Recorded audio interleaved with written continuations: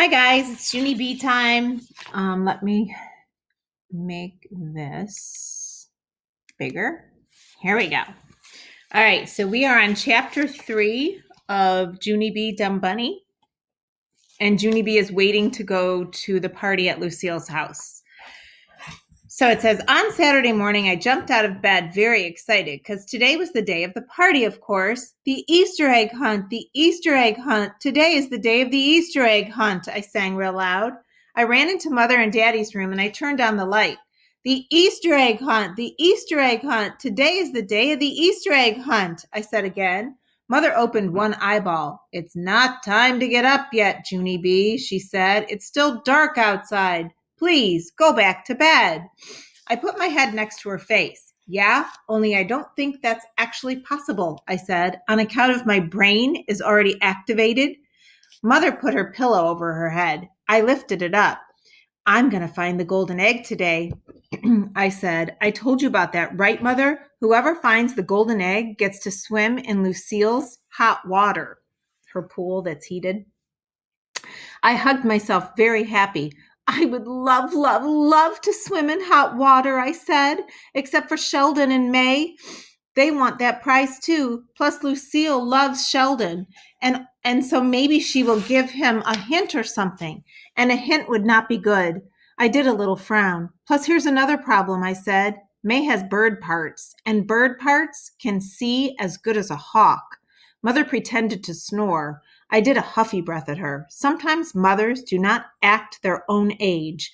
Finally, I put the pillow back on her head and I went to my room. And then I picked up my stuffed elephant named Philip Johnny Bob and we skipped to my closet to pick out my party clothes. We looked at all my hangers. I said. What kind of clothes are good egg hunting clothes? What do you think, Phil? Philip tapped on his trunk. Let's see, good egg hunting clothes should be easy to run in, probably, because when you spot an egg, you will have to beat people to it, right? He said. Right, I said. Plus, good egg hunting clothes should not be a dress either, on account of sometimes when I'm beating people to an egg, I might have to tackle them and get into a scuffle. Correct, said Philip. Tackling and scuffling often happens in egg hunts. That's not really true. And then he thought some more. Also, good egg hunting clothes should have big pockets to carry all the eggs that you're going to find, he said.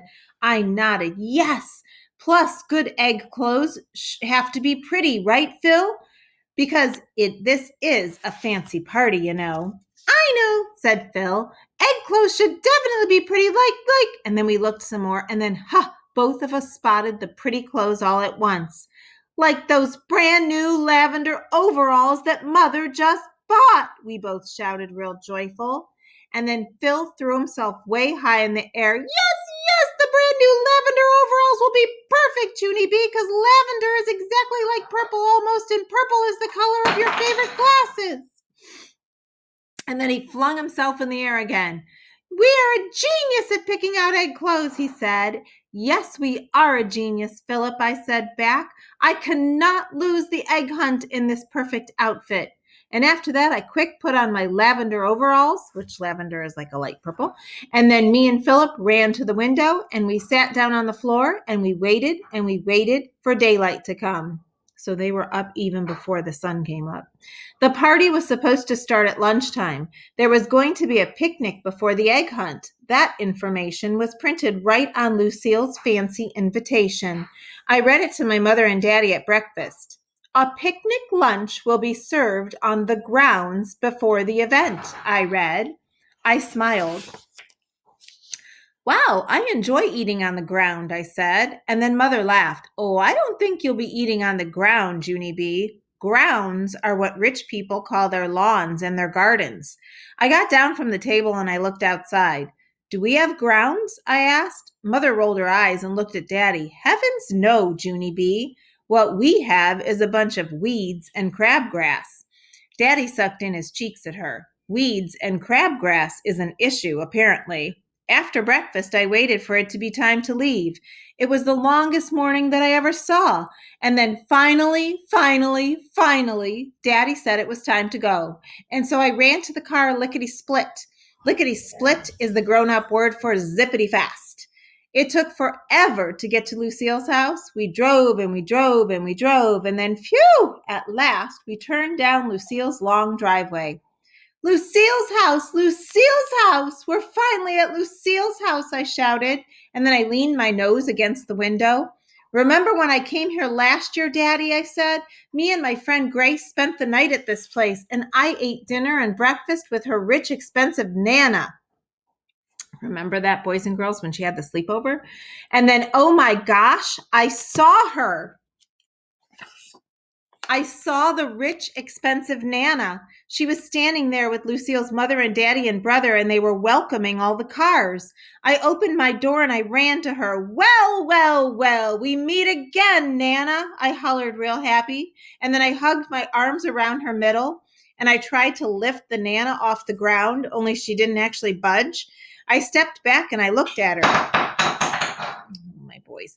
Then Nana had put on a few pounds, I believe, and after that I tried to lift her up again, but this time she took my arms away. Oh dear, no, young lady, you mustn't try to pick me up, she said. You're going to hurt yourself. I looked at her kind of puzzled.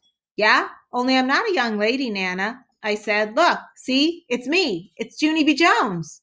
And then I pointed at my face. Don't you remember me? Huh? I spent the night here with Lucille and Grace. Remember that, Nana? It was the time of our life, I said. And then the Nana looked closer at me, and all of a sudden, drops of sweat came on her forehead. And she took out a tissue, and she started dabbing herself. Oh my, yes, now I do remember, she said. And then she did a little shiver. Junie B. Jones, I remember you well. And then I skipped around her in a circle. Today's going to be fun, right, Nana? Today, I am going to find the golden egg. And after I skipped, I held out my hand to do a high five, but the Nana didn't actually hold out her hand, so I just swatted her sleeve, and that's all. So she hit the Nana on her arm. And just then another car drove up in the driveway, and I turned around, and oh boy, it was my good friend named Shirley. Plus, after Shirley came Sheldon, and after Sheldon came Roger, and after Roger came Camille and Chenille, and then Herbert and Jose and Lenny, and then all of the rest of the children in room 1 came too. Only wait till you hear this. I did not see you know who. Guys, can you guess who she did not see? May. I looked all around to be sure, and then I crossed my fingers for good luck, and I hoped that May would not show up at all. Because maybe, here is a picture of Junie B hitting the Nana's arm, which wasn't very nice. She was trying to give her a high five.